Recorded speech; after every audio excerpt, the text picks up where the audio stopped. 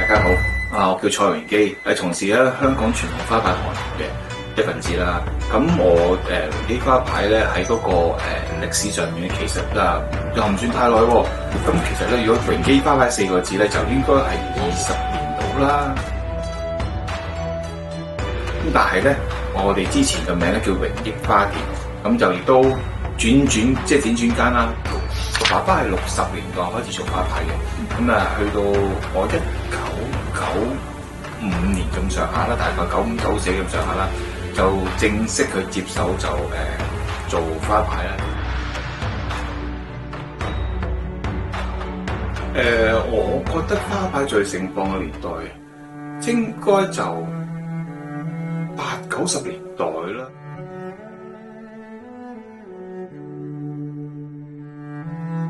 應該我諗20歲到啦，20歲到啦，係咪？我諗30年前畫呢條龍就手畫出嚟咯，已經甩晒色噶啦，但係掛上去睇唔到咯。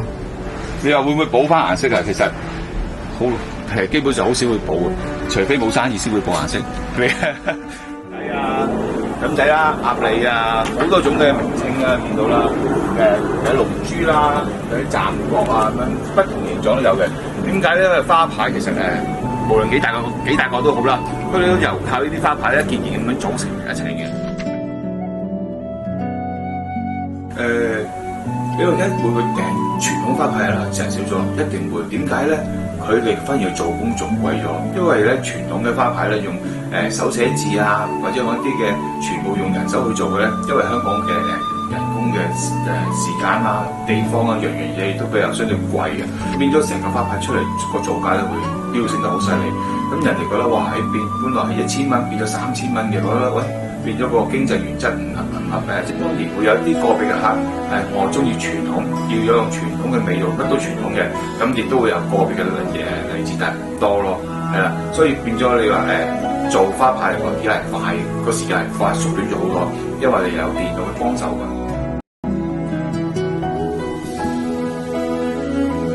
咁我就咧，即係我哋香港係就好真係好現實嘅。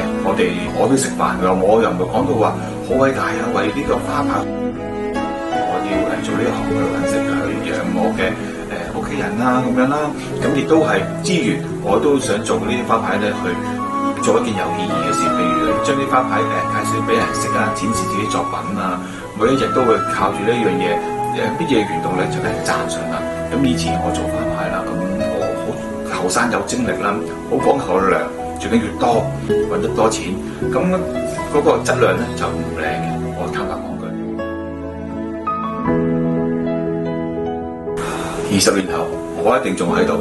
當然啦，因為我3個小朋友好細個啦，計過起碼仲有20年要做，係，所以應該20年後都仲有花牌嘅。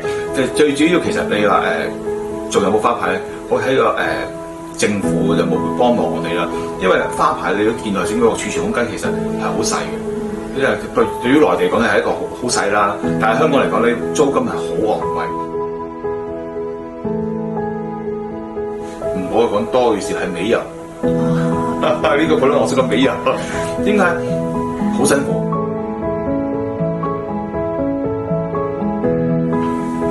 如果真係想入呢行係好，就去做邊行都好啦。其實做最緊要係肯刻苦耐勞啦，要付出啦，冇怕辛苦，亦都冇怕蝕底。